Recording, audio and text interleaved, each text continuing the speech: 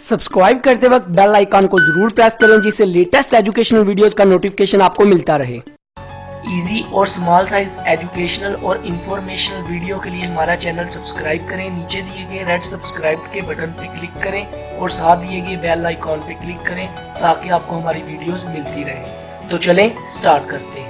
इस वीडियो में मैं आपको बताऊंगा डायरेक्ट मटेरियल और इनडायरेक्ट मटेरियल क्या है, इनका basic logic, basic concept easy way में एग्जांपल के साथ आपको बताऊंगा। तो वीडियो में मेरे साथ रहिएगा, बहुत कुछ मिलेगा सीखने को, बहुत कुछ गेन करेंगे आप। सबसे पहले है डायरेक्ट मटेरियल। कॉन्सेप्ट से पहले डेफिनेशन को रीड करते हैं।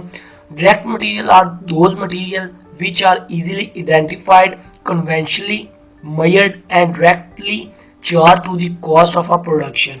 For example, bricks, shingles and bathtub would be the direct material when building a house.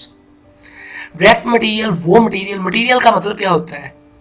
Material का मतलब एक चीज को, एक प्रोडक्शन को, एक प्रोडक्ट को इन्वेंट करने के लिए, एक चीज को उसकी हकीकी हालत में लाने के लिए हमें मटेरियल की जरूरत होती है, हमें रॉ मटेरियल की जरूरत होती है। मटेरियल क्या हो सकता है? मतलब कोई भी मैटर, कोई भी सॉलिड चीज जो एक प्रोडक्शन को उसकी असल हालत में लाए।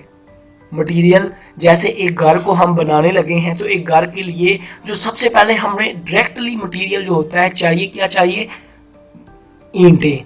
ईंटों के बाद हमें सीमेंट चाहिए, हमें मट्टी चाहिए, हमें रेत चाहिए, हमें बजरी चाहिए। उसके बाद घर के बाद हमें उसके ऊपर पेंट, उसके ऊपर टाइलें, उसके ऊपर जो मटेरियल जो डायरेक्टली इन्वॉल्व होता है, जैसे ये पेंट, जैसे ईंटें, सीमेंट, सरिया, ये सारे जो है डायरेक्ट मटेरियल है एक बिल्डिंग को बनाने के लिए, एक घर को तमीर करने के लिए।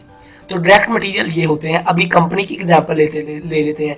जैसे कंपनी में एक प्रोडक्ट इन्वेंट करनी है, उसकी जो प्रोडक्ट है उसने बनाना है रजिस्टर, कॉपियां बनानी है स्टूडेंट्स के लिए। तो रजिस्टर के लिए उसे सबसे पहले क्या चाहिए होगा?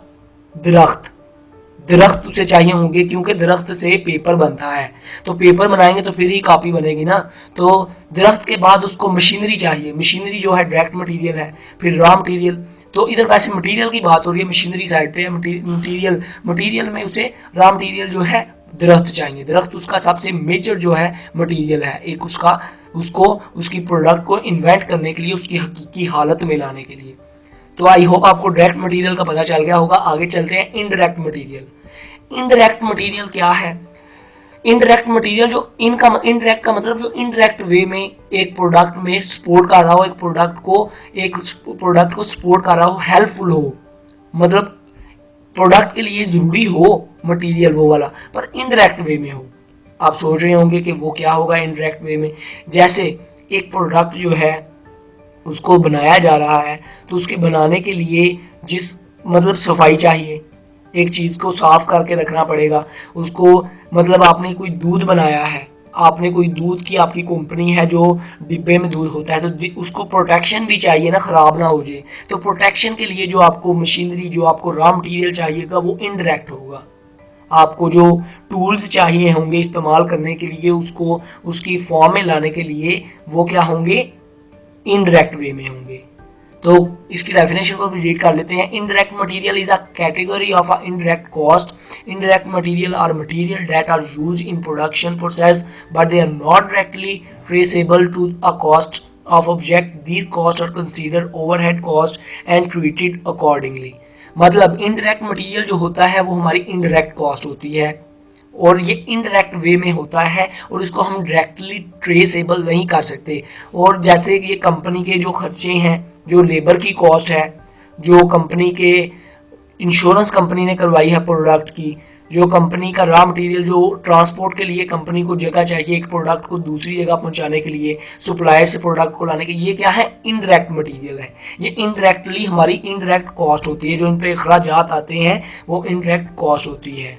ओवरहेड कॉस्ट जो होती है मोस्टली कंपनी की, वो इनडायरेक्ट मटेरियल ही होती है। और ओवरहेड कॉस्ट मतलब वो कॉस्ट, मतलब जो कंपनी के ऊपर बर्डन है, जो कंपनी के ऊपर जिम्मेदारियां हैं, जो कंपनी की लाइबिलिटीज हैं, जो कंपनी के एक्सपेंस हैं, उनको कॉस्ट को खत्म करने के लिए, उनको अदा करने पर आए, उसको हम कहते हैं ओवरहेड कॉस्ट। तो एग्जांपल को हम रीड करते हैं। For example, consumable such as a cleaning chemical, disposal tool, protective device. not used as a raw material but which make the production of a goods and a service possible more efficient